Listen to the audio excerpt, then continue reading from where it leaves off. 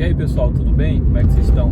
Tô saindo agora, tô indo ali no toxicológico buscar minha esposa. Eu sou cristão e hoje eu estava refletindo sobre um texto, uma passagem da Bíblia, uma história bíblica que fala de Jesus, sobre após crucificação de Cristo. O texto fala sobre duas pessoas, dois dos seguidores de Jesus, que iam retornando para Emaús, e eles vinham de Jerusalém, né? Eles vinham da cidade de Jerusalém retornando até uma aldeia chamada Emaús, que ficava a cerca de 11 quilômetros aproximadamente, longe de Jerusalém, né? E fazia basicamente 3 dias que Jesus tinha sido crucificado. E esses dois viajantes, esses dois seguidores, esses dois discípulos, eles vinham voltando de Jerusalém a Emaús. E esses dois discípulos, eles vinham muito chateados, muito tristes, magoados.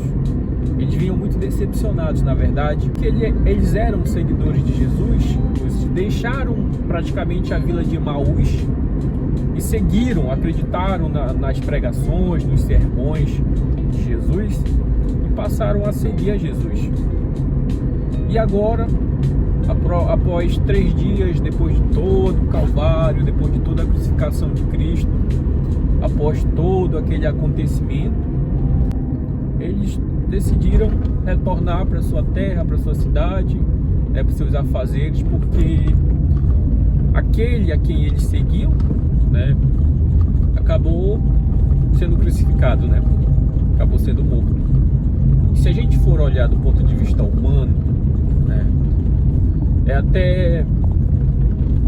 é inquestionável, né, é justificável essa tristeza, essa frustração, esse sentimento de frustração que os dois seguidores eles traziam consigo naquela jornada, principalmente depois de tudo que aconteceu. Eles deixaram a vida deles, né? Eles deixaram aquilo que eles acreditavam, deixaram aquilo para seguir, né, as palavras de Cristo. É interessante que o texto fala que na medida que eles iam retornando para Emaús, quando eles iam retornando para Emaús, conversando sobre aquilo, dialogando sobre aquilo, colocando para fora as frustrações. Isso é muito interessante, né? A gente colocar para fora nossas frustrações, conversar sobre aquilo que está nos corroendo, sobre aquilo que está doendo, sobre as situações adversas da vida. Isso é muito bom. Mas eu passei 6 anos numa faculdade de humanas e eu aprendi algumas coisas lá. Eu aprendi que realmente falar alivia dor emocional. Você acaba conseguindo ouvir o seu estado emocional e aquilo te faz bem. Então aquelas duas pessoas, elas vinham relatando, conversando, e elas se viam muito frustradas. Essa é a verdade, eles estavam muito frustrados. E aí apareceu uma terceira pessoa ali naquele caminho. E essa pessoa ouviu aquela conversa, se interessou pela conversa e perguntou para eles assim: sobre o que vocês tanto conversam? Ou seja, a conversa de vocês, ela tá tão interessante que eu decidi saber sobre o que vocês estão conversando. E aí aqueles dois seguidores, aquelas duas pessoas já estavam magoadas, né? E quando a gente está magoado, a gente acaba extrapolando, né? Às vezes, dependendo do temperamento, a gente acaba extrapolando, ficando mais para baixo,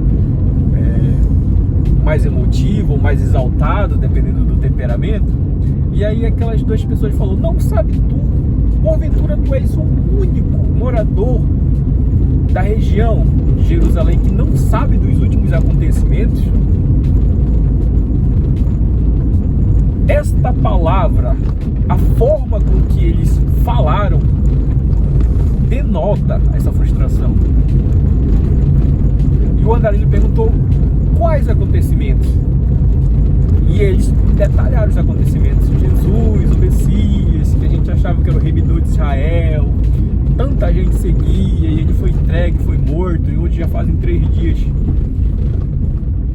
aí a terceira pessoa que ia com ele, né, explicou para ele sobre as profecias, que aquilo tinha que acontecer.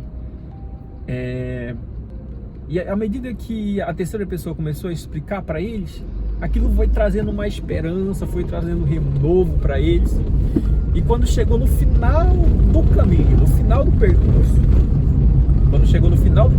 quando eles chegaram na cidade de Emaús, ouvindo aquele relato, ouvindo sobre aquela vivência, aquele momento de fé, de renovação, a noite vinha chegando.